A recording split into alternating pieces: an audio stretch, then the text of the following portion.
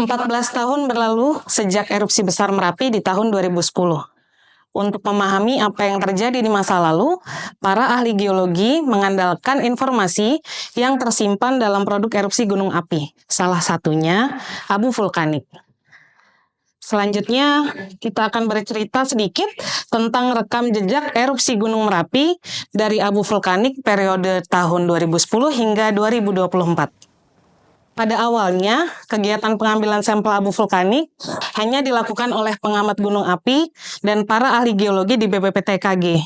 Namun, setelah beberapa penduduk ikut aktif dalam melaporkan informasi hujan abu di lingkungannya, BPPTKG secara resmi meminta bantuan kepada beberapa relawan di lingkar Merapi dan membekali para relawan tersebut dengan peralatan yang dibutuhkan untuk melakukan pengumpulan sampel abu vulkanik Merapi. Selain itu, sejak tahun 2023, BPPTKG telah melakukan instalasi perangkap abu di pos pemantauan Gunung Merapi Babadan, Jerakah, serta di beberapa rumah penduduk di area Merapi. Lalu, apa sih hasilnya? Saat dibawa ke laboratorium, sampel tersebut akan dianalisis dengan menggunakan beberapa instrumen. Yang pertama yaitu menggunakan mikroskop stereo Olympus dengan perbesaran hingga 56 kali yang telah dilengkapi dengan kamera DSLR. Informasi apa yang didapatkan? Informasi yang kita dapatkan dari analisis tersebut yaitu sifat fisik dari abu gunung api seperti warna, hilap, bentuk, tekstur, serta jenisnya.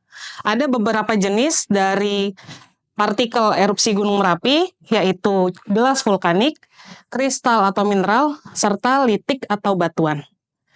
Selanjutnya, sampel tersebut akan dianalisis dengan menggunakan scanning electron microscope atau SEM yang telah dilengkapi dengan sistem EDS atau Energy Dispersive Spectroscopy. Informasi yang bisa kita dapatkan dari SEM-EDS ini adalah morfologi butir, serta tekstur dan struktur mineral atau batuan, kemudian kandungan geokimia semi kuantitatif dari mineral atau batuan gunung api tersebut. Kemudian ada lagi yang lain yaitu analisis geokimia menggunakan WDXRF yang akan mendapatkan informasi terkait kandungan geokimia batuan dalam bentuk persen berat, oksida mayor, dan unsur jejak. Seperti apa sih sebetulnya morfologi partikel abu erupsi gunung api tipe Merapi? Abu erupsi gunung api tipe Merapi relatif berbentuk angular pada fase erupsi eksplosif atau bloki pada fase erupsi efusif. Jenis partikel yang dihasilkan oleh erupsi tipe Merapi umumnya didominasi oleh material litik, bisa berupa material segar, teralterasi, maupun material-material yang sudah teroksidasi. Bisa juga kita dapatkan mineral dalam bentuk singular atau agregat. Keberadaan juvenil sebagai penanda erupsi magmatik umumnya sangat jarang ditemukan. Lalu bagaimana sebetulnya perbedaan antara morfologi abu erupsi 2010 dengan abu erupsi 2018 hingga 2024? Abu erupsi Merapi 2010 memiliki bentuk yang relatif angular dengan vesikel atau lubang gas. Hal ini menunjukkan adanya proses pendinginan magma yang cepat di permukaan, menunjukkan pada saat itu erupsi yang terjadi adalah magmatik eksplosif.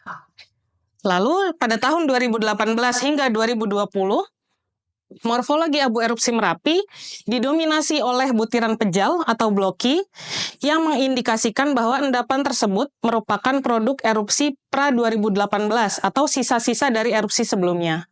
Hal ini menunjukkan atau masih ideal dengan tipe erupsi non-magmatik atau freatik. Lalu pada tahun 2021 hingga tahun 2024, kita dapatkan sampel-sampel yang menunjukkan percampuran antara partikel yang berbentuk bloki hingga subangular yang berukuran sangat halus dan merupakan bagian surge atau bagian seruakan dari awan panas yang dihasilkan oleh erupsi magmatik efusif yang saat ini menunjukkan adanya pertumbuhan kubah lava di puncak Gunung Merapi. Kemudian bagaimana sih sebetulnya komposisi kimianya? Secara umum, magma Gunung Merapi bersifat intermediate atau memiliki komposisi silika oksida dengan persentase lebih dari 52% hingga 66%. Erupsi freatik pada tahun 2014 menghasilkan magma dengan komposisi silika terendah dalam kurun waktu erupsi 2010 hingga 2024. Namun pada dasarnya tidak ada korelasi ideal antara kurun waktu erupsi dengan sifat magma yang mengindikasikan adanya suplai magma aktif pada Gunung Merapi. Kemudian dari diagram alkalinitas kita bisa lihat bahwa secara umum magma Gunung Merapi merupakan bagian dari high K calc alkaline series atau seri alkali kalsium yang tinggi akan potasium. Batuan kalk alkalin merupakan karakter produk batuan vulkanik di zona subduksi, di mana magmanya berasal dari pelelehan parsial dan mengalami proses diferensiasi dan asimilasi kerak benua.